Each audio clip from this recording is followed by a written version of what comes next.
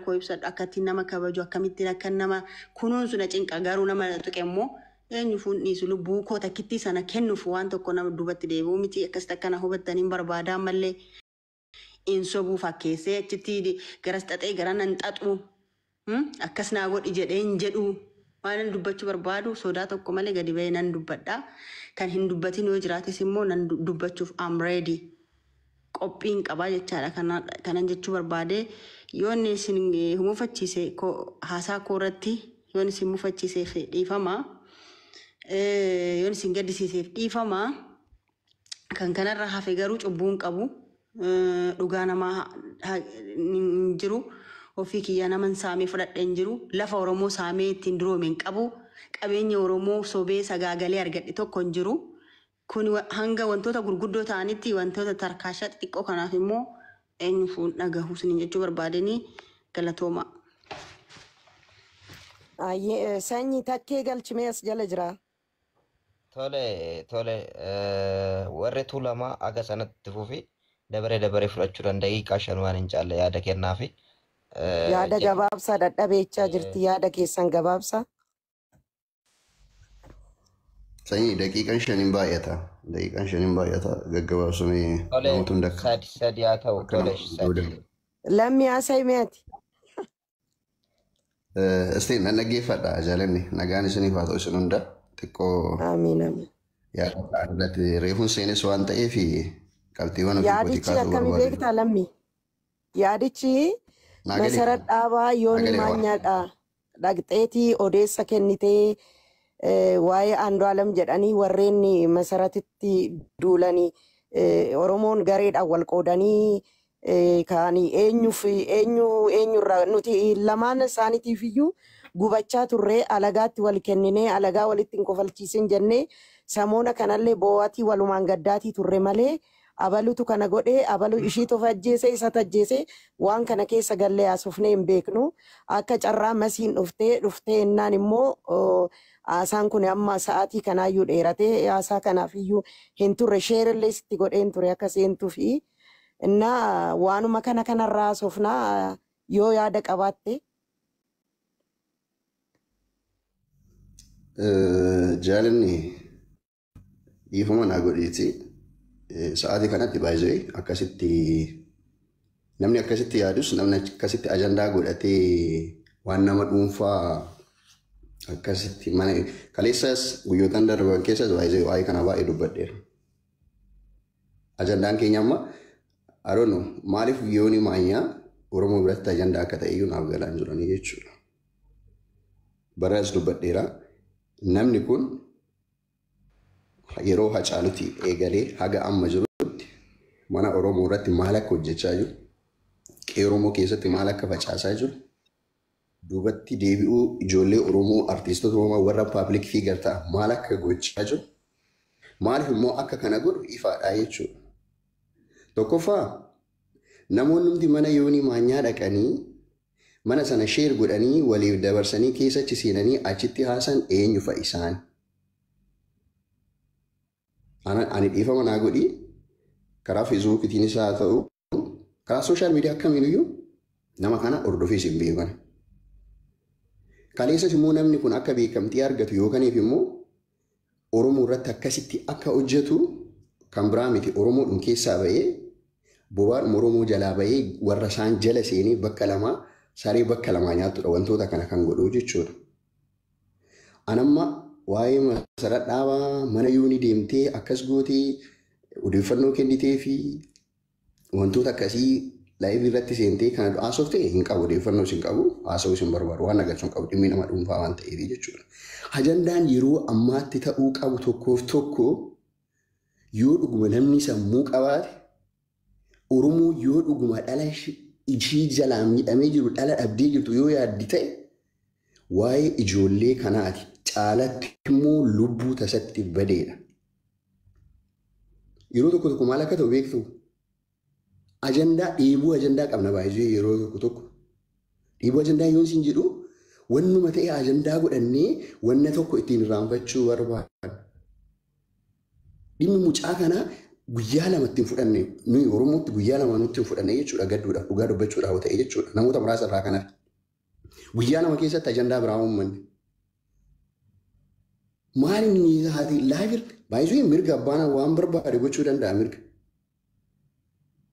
Abbaan itti fakkaatee dhaqee mana yoonii maanyatti sheer godhee fi waan mana sana keessatti nu hin beeka taanaan waan mana sana keessatti ta'aa ture hin beeka taanaan jireenya ijoollee kana lamaa gidduutti hin jira odeeffannoo qaba taanaan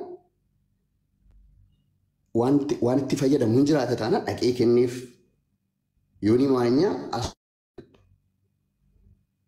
USAdhaa dhufee odeeffannoo ijoollee kana lamaan akkaataa itti jiraatan yookaan isa faana teekstii godhamee haasaanii osoo hin taane warrumaa ijoollee kanatti dhiyeenya qabanidha kan godhu. Kana garuu maaliif godhan jedhee isaan hin gaafadhan. Maaliif sammuu isaanii akka gadi bu'ee jiru ammam immoo Oromoodhaaf isaan akka yaadan yookaan immoo lubbuu badde kanaaf isaan akka gaddan ofii kooti waan hin xinxalee analaayiz godhee waan argu waan jiruuf jechuudha. Ani gaaffiin koo isa miti. Masaratirraa gaaffii mana yoonii maanyaa dhattee tiiktook irratti laayivii baatee akka jettee osoo hin taane gaaffiin ani masaratirraa qabu barreeffama ishee guyyoota mucaan kun itti boqottee eegalee ture warra dhugaa mucaa kanaa osoo beektanuu dhoksisan jettee haga abaarutti haga wareegutti wanti qaqqabde jira barreeffama isheerraa jechuudha.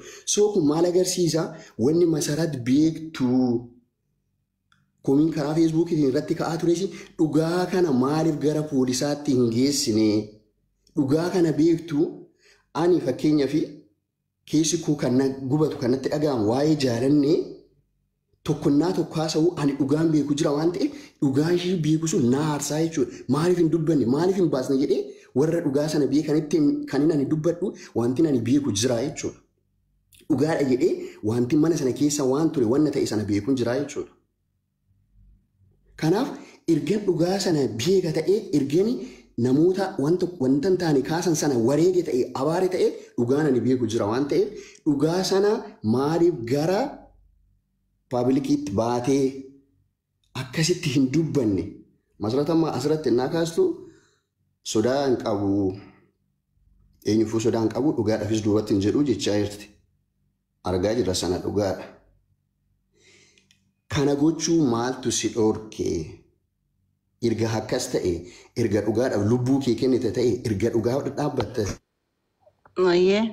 Gara qaama dhimmi ilaalutti yoo xiqqaate gara paablikiitti baasuun siif nageenya keetiif yoo sodaatte illee eenyumtu wantoota akkasii gadi baasee gara uummataatti yoo Nagaleera gabaabsee yoo sitti meechaadha namnis dadhabee waan jiruuf deebiseen ture si jalatti tokkoffaa warra fakkeessaniif hin jedhe waan hundammoo Facebook irratti hin barraahu ammayyuu asitti wantoota haasa'amuuf ta'an wanta karaatti hambisne baay'eetu jira waan hin barbaachisneef jechaadha. Waan seerri qorateerra gahu waan ta'eef asirratti akkanaa saamneen barbaada dhiibbaa gochuutiin iccitii namaa baasuutiin hin barbaadu sana. Yoo sii galuuf ta'ee jechaadha yoo sii gala ta'e sanammoo ani waan hin beeku poolisiif haa kennu haa dhiisu wanti beekamu hin jiru miti ani hin dubbannetti waan hin kenne waan ani beeku dubbadhe yookiin immoo qaama dhimmi ilaallatuuf kenneef dhiise namni beeku jira hin beeku jechaadha.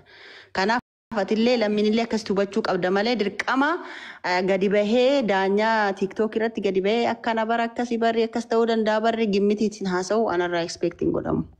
Wanti natti aartuufis kanaaf immoo natti aaruullee sirraallee hin barbaachisu jechaadha. Gaaffiin jarri gaafatan wanti beektoo jiraate nutti himi akkan itti himu daanyaadha inni naaf aradaa yookiin naaf araddii achi bahee akkan haasa'uuf narraa eegu jechaadha. Kuni gowwummaadha si galee. Garuu kan na aarsee warri baay'een wanti ani beeku waliin beeknu otoo jiranu wanti isaan haasa'anii natti waan hin tolleef jecha sana dubbadhe. Si galee miti? Kanaaf isammoo waan hundan dubbatanii kanaafan of qusadhee hambise malee dubbachuu waan dadhabeef waan hin sodaadheef miti. Sodaa tokko hin qabu dhugaan sitti sodaa tokko hin qabu roobaan coolla'aan rooban sodaatu jedha. bakka citanitti citaa haammatu ejjennoo kee wajjin hin duun namummaadha si galee ani walaawwaltuu warra boruu sana dubbadhee har'a jijjiiru miti si galee ani tiiktookii kanarrattis bahee nama akkas jedhee haasa'u miti dhugaan beekuu fi dhugaan qabuuf garuu hanga dhumaan falmaa kanan jedheef kanaafidha atis gaaffii wal fakkaataa na gaafata taanaan akkuma warra kaawwanii waan beektu nutti himi waan kee barreessi akkasidha harka keessaa qabda maal beekta justice for dhugaan haa ba'u waan jedhes waan beektu nutti himi maalan itti maanime warri kuuwwan gaafa jedhan bari hin jiran jala warri wanni hawaannisa jedhamu warra akkasii. Akka nutti kaaftuuf akka sirratti nu himtuufis otoo hin taane komeen kan sitti ka'aa ture just erga himuu hin barbaanne. Waan itti muu qabaare himee jira poolisiitti hin himne poolisiitti jedheen isaaniif ibsuu qabamoo meenatti himee. Dhugaadha siin jechaa jira meena xumursiisi. Ambiraammoo kana warri waan baay'ee beekan waliin waan baay'ee borcanii fi beekanii otoo jiranuu akkaataan itti haasaniif akkaataa isaan ta'an tokko waan naan taanifan sana jedhe sanammoo cigoontiin sorkoof sokkootiin yaada koo ibsachuu quuqama koo dubbachuu hafuura baafachuu mirgan qaba sii galee tanattanee waan hunda waanan jedhe hunda akkaataatti barbaadanitti hiikkachuun abbaa mirgaati. Mirga isaaniiti garuu yaadinan ibsachuu barbaade immoo yaada tokko ta'uudhaan kallattii adda addaatiin immoo namoota adda addaa biratti hiikamuu danda'a.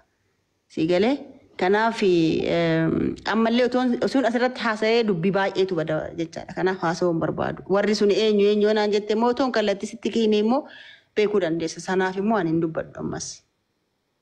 Waaqayyo haqa baasu fi warri qorataa jiran qoratanii rabbisas bilisaa baasuu. Rabbi ishees immoo nagaa naa boqachiisu haqi ishee yoo fiin of galaafattes rabbi isheef dhiifama godhee jannata keessa akka ishee qananiisuun hawaa fi innis bilisa ta'ee waaqayyo wanti shakkame kana isa irra baasee nagaan akka jiraatu hojii isaatti akka deebi'u isaaf hin kadhadha waaqayyo kanuma jechuun barbaada naaf galcha ammallee.